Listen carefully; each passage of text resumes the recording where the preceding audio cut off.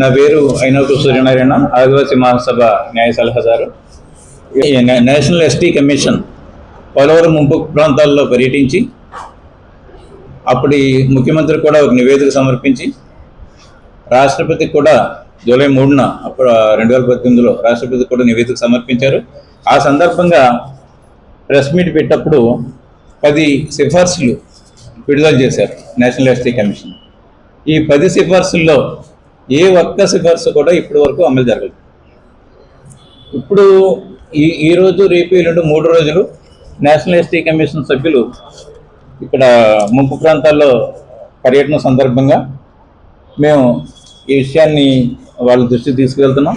అదేవిధంగా మహాత్మా జ్యోతిబా ఫూలే జయంతి సందర్భంగా ఏప్రిల్ 11న ఢిల్లీలో ఎస్టీ కమిషన్కి ఆదివాసీ మహాసభ స్వయంగా ఢిల్లీ వెళ్ళి మీరు చేసినటువంటి సిఫార్సులు 10 కూడా అమలు జరగట్లేదని చెప్పేసి చెప్పడం జరిగింది. ఇది ఈ సందర్భంగా ఇప్పుడు ఎస్టీ కమిషన్ పర్యటిస్తుంది కాబట్టి కొన్ని ముఖ్యమైన వాస్తవాలను మీడియా ద్వారా వాళ్ళ దృష్టికి తీసుకెళ్లాలనుకుంటున్నాం. అసలు ప్రధానంగా లోపం ఎక్కడ ఉంది పోలవరం దాంట్లో అంటే, మొత్తం పోలవరం ప్రాజెక్ట్ నిర్వాసితులు 53% ఎస్టీలు ఉన్నారు.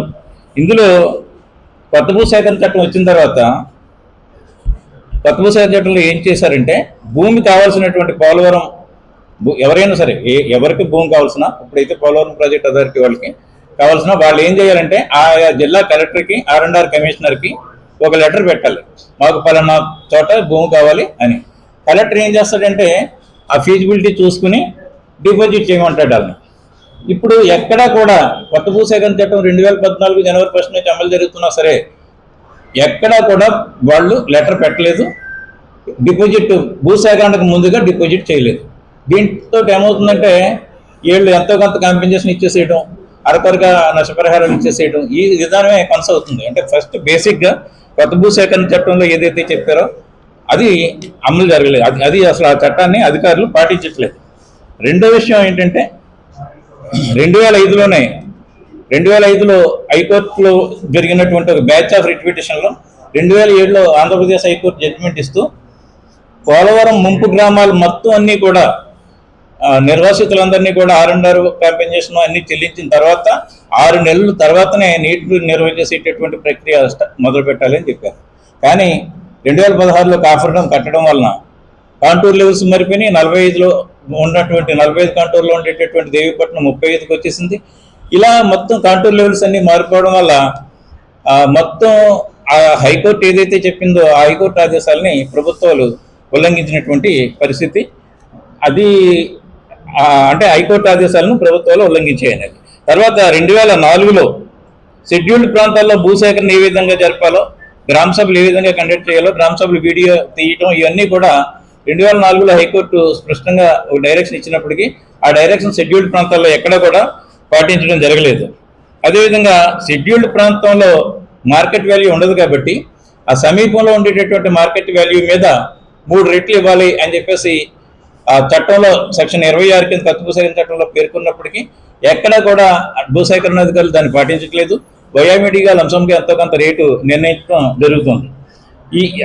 దాని తర్వాత మళ్ళా మనకి R&R ప్యాకేజ్ మీరు చూడండి. 2014లో ఎస్టీకి 6,86,000 ఇవ్వాలని ఉంటే అదే కాంపెన్సేషన్ 2025లో కూడా చెల్లిస్తున్నారు. చట్టంలో ఏముంది, సెక్షన్ 31లో పెరుగుతున్న ధరలకు అనుగుణంగా ప్రతి సంవత్సరం కూడా ఏళ్ళు ఆ ధరలకు అనుగుణంగా నోటిఫికేషన్ ఇవ్వాలి. ఆ నోటిఫికేషన్ ఇస్తే ఈవేళ ఆ రోజు 100 రూపాయలు, ఈవేళ 167 రూపాయలు కన్జ్యూమర్ ప్రైస్ ఇండెక్స్ కింద. అంటే దాని ప్రకారం లెక్కేస్తే మనకి 11,80,000 రూపాయల వరకు కూడా ఈవేళ కాంపెన్సేషన్ ఇవ్వాలి. దీనికి R&R ప్యాకేజ్ ఇవ్వాలి. దీనికి ఏం కలపాలి, పేసా చట్టంలో షెడ్యూల్డ్ ప్రాంతంలో అటవీ ఉత్పత్తులు కోల్పోతున్నందుకు అదనంగా 500 రోజులు పందినాలు వాళ్ళకి ఇవ్వాలన్నారు. అంటే అదో 2 లక్షలు. ఇవాళ 400 రూపాయలు ఉంది, అదొక 2 లక్షలు. అంటే 14 లక్షల రూపాయలు R&R ప్యాకేజ్ ఇవ్వాల్సిన చోట అందులో సగం కూడా ఇవాళకి కూడా ప్రభుత్వాలు ఇవ్వడం లేదు. ఇవన్నీ గిరిజనులకు సంబంధించినటువంటి వైలేషన్స్. 2016లో అప్పుడు ప్రభుత్వం జీవోఆర్టీ 641 అని ఒక జీవో తీసుకొచ్చి 4,55,000 ఇవ్వాలి షెడ్యూల్డ్ ప్రాంతంలో ఇల్లు కట్టుకుంటున్నటువంటి వాళ్ళకి. మైదాన ప్రాంతంలో అయితే 3,55,000 ఇవ్వాలి. ఈ 4,55,000 ఇవ్వట్లేదు, 2,84,000 ఇస్తున్నారు ఇప్పటికీ. అదే మైదాన ప్రాంతాల్లో 3,55,000 ఇవ్వాల్సిన చోట తునిలో ఇప్పుడు కుమ్మర్లో ఖాళీ చేయిస్తున్నారు, 2 లక్షలే ఇస్తున్నారు ఇంటికి. ఇవన్నీ కూడా చట్టపరమైన వైలేషన్స్. పోలవరం ల్యాండ్స్ 50,000 ఎకరాల వరకు ఉన్నాయి. ఈ 50,000 ఎకరాలకి కూడా పట్టుభూ సేకరణ చట్ట ప్రకారం వాళ్ళు సెక్షన్ 42 కింద గుర్తించి వాళ్ళ యొక్క సంరక్షణ సమితిలో వాళ్ళ ఆక్రమణను గుర్తించి వాళ్ళకి నష్టపరిహారం చెల్లించాలి. ఇది ఇప్పటికీ కూడా ఈ 50,000 ఎకరాలకి నష్టపరిహారానికి సంబంధించి కేంద్ర ప్రభుత్వానికి రాసేమని చెప్తుంది, కానీ రాష్ట్ర ప్రభుత్వం ఇప్పటివరకు కూడా దీని మీద ఏ విధమైన చర్యలు తీసుకోలేదు. అలాగే డీఫారం పట్టాల విషయంలో సుప్రీంకోర్టు ఎప్పుడో చెప్పేసింది, ఆంధ్రప్రదేశ్ డివిజన్కి 40,000 కుటుంబాలకి భూమి ఇవ్వాలంటే 40,000 ఎకరాలు సేకరించాల్సిన చోట 426 ఎకరాలు మాత్రమే సేకరించామని ప్రాజెక్ట్ అడ్మినిస్ట్రేటర్ చెప్తున్నాడు. అది కొండమూలకి ఇవ్వడానికి మొదలు పెట్టామని ఇప్పుడు చెప్తున్నారు. ఎక్కడ 40,000 ఎకరాలు, ఎక్కడ 426 ఎకరాలు. తర్వాత మరలా ఆర్ఎండ్ఆర్ కూడా కట్ ఆఫ్ డేట్లు అంటున్నారు. కట్ ఆఫ్ డేట్ అంటే ఏంటి?